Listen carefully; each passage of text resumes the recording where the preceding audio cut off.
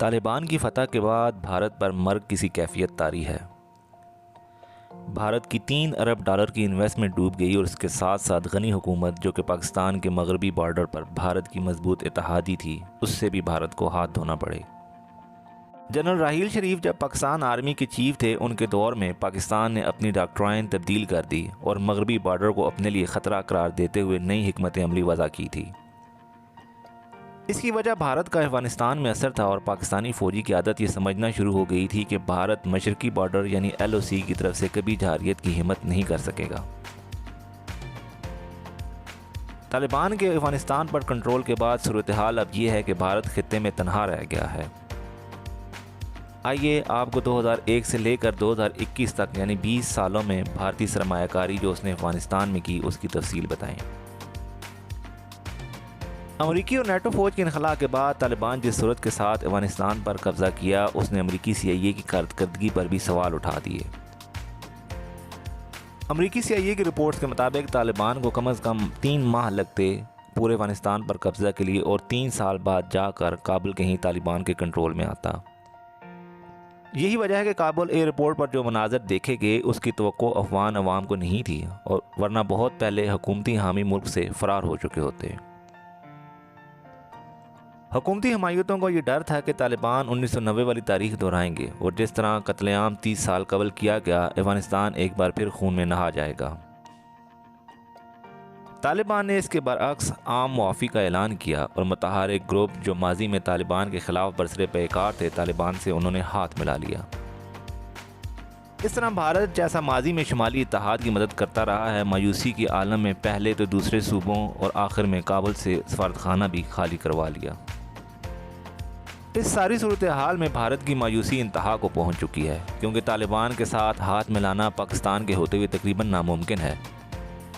और अगर तालिबान भारत को घास नहीं डालते तो 20 सालों में भारत ने जो अफ़गानिस्तान में भारी सरमायाकारी की वो डूब जाएगी। 2001 में जब अमेरिका ने अफ़गानिस्तान पर हमला किया तो भारत ने न सिर्फ दिफाई लिहाज से अफ़गानिस्तान की मदद की, बल्कि फ़ौजी तनसीबात की तामीर के साथ साथ सड़कें, स्कूल, हस्पताल और डैम्स तक तामीर किए। 3 अरब डॉलर की भारी सरमायाकारी भारत ने अफ़गानिस्तान के अंदर की और 400 ज़ायद मंसूबे शुरू किए।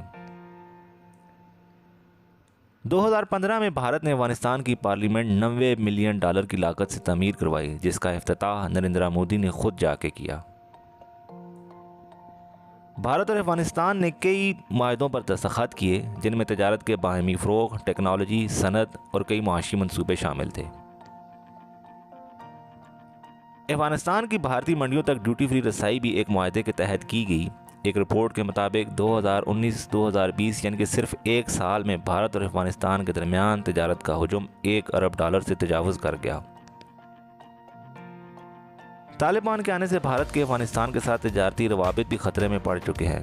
गुज़श्ता कई सालों से भारत ने अफ़गानिस्तान के दूर दराज इलाकों तक, ख़ासकर वो इलाके जो कि पाकिस्तानी सरहद के साथ हैं, टेलीकम्युनिकेशन नेटवर्क का जाल बिछाया था।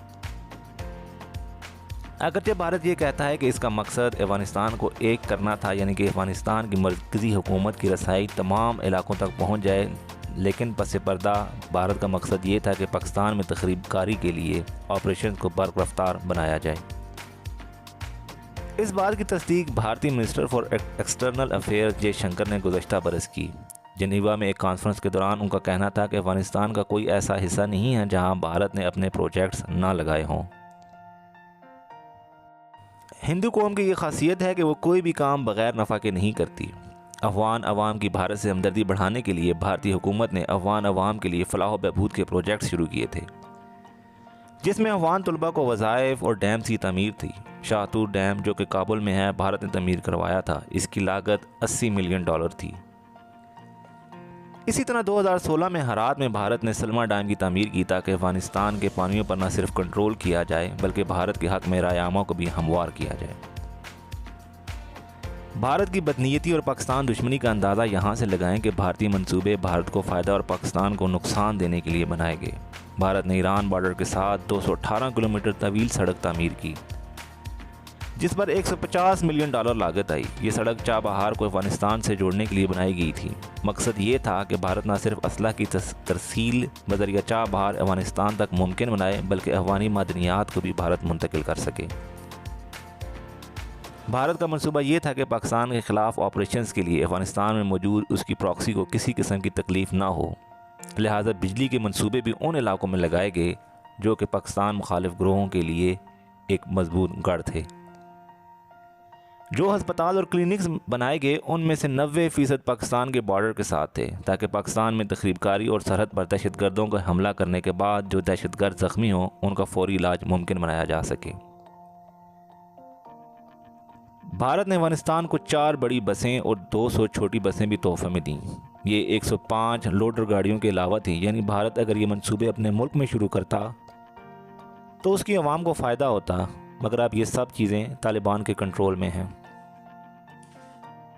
भारत की तमाम सरमायाकारी अफगान तालिबान के कंट्रोल कर चुके हैं। भारतीय हुकूमत अपने अरबों डॉलर पर इतनी परेशान नहीं जितनी वो इस बात पर परेशान है कि पाकिस्तान एक और इत्तेहादी का इजाफा कर चुका है। भारत जो कल तक ये चाहता था कि पाकिस्तान को न सिर्फ आलमी दुनिया में बल्कि खित्ते में भी तनहा कर दे, आज वो ख़ुद तनहा हो चुका है। भारतीय मीडिया में हर वक्त यही रोना रोया जा रहा है कि भारत को कोई अहमियत नहीं दी जा रही, न मुज़ाकरात में बिठाया जा रहा है और न किसी और अमल में दखलंदाजी का मौका दिया जा रहा है। अब भारत की सूरत हाल ऐसी है कि जब गली में 2 बड़े बच्चे लड़ रहे हों और एक छोटा बच्चा भारत की तरह दूर से बैठा देख रहा हो, ना उसमें इतनी हिम्मत होती है कि वो आगे बढ़कर सुलह सफाई करा सके और ना इसकी इतनी औकात होती है कि वो उनका मुकाबला कर सके।